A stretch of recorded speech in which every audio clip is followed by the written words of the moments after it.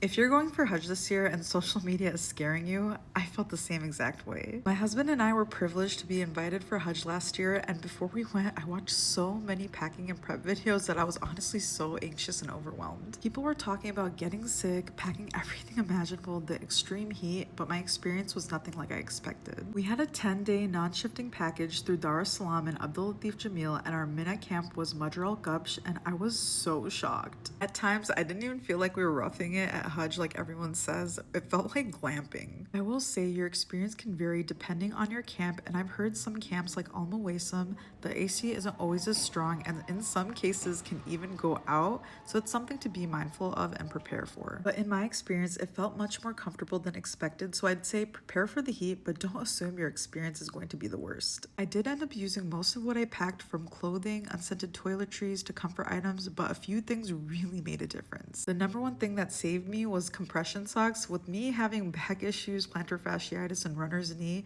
you can end up walking up to 30,000 steps a day, and my feet would swell so much I genuinely don't think I would have been able to keep going without them. And what saved my husband in Muzdalifa, because that was one of the only places that didn't have AC, was cooling towels and instant ice packs for him to be able to even fall asleep. Sun protection was also huge for me. I brought 3 different kinds: lotion, spray, and a stick so I can easily reapply throughout the day. I also brought cooling aloe vera gel in case we got burned. I also had clip-on sunglasses and a couple sun hats, one with fans in it to keep me cool and the sun out of my face. A few of the best hacks I did because we had a non-shifting package were: 1, borrowing a bath towel from our Makkah hotel and bringing it to Mina with me for showers instead of packing one myself, because I was able to return it back to the hotel after I was done. If you have a shifting package though, you're gonna want to bring your own bath towel. I also kept 2 separate plastic bags with me for the bathroom, one with bathroom slippers and the other with toilet paper, wipes, deodorant, and everything I needed to freshen up, so I can just grab it easily every time I need to go in the camps. Having an over-the-door hook and hanging toiletry bag was so helpful. I could just hang it over the stall and shower quickly, sometimes even multiple times a day because of the heat. Another thing I did, and this helped so much, I only packed 5 abayas because I packed a lot of cotton t-shirts to wear underneath. The t-shirts would catch most of the sweat, so every time I showered, I just changed into a new one instead of changing my whole outfit. And for underneath, I wore biker shorts to keep me cool and prevent chafing, but if you're not comfortable with that, I'd recommend loose cotton pants or wide leg shalwars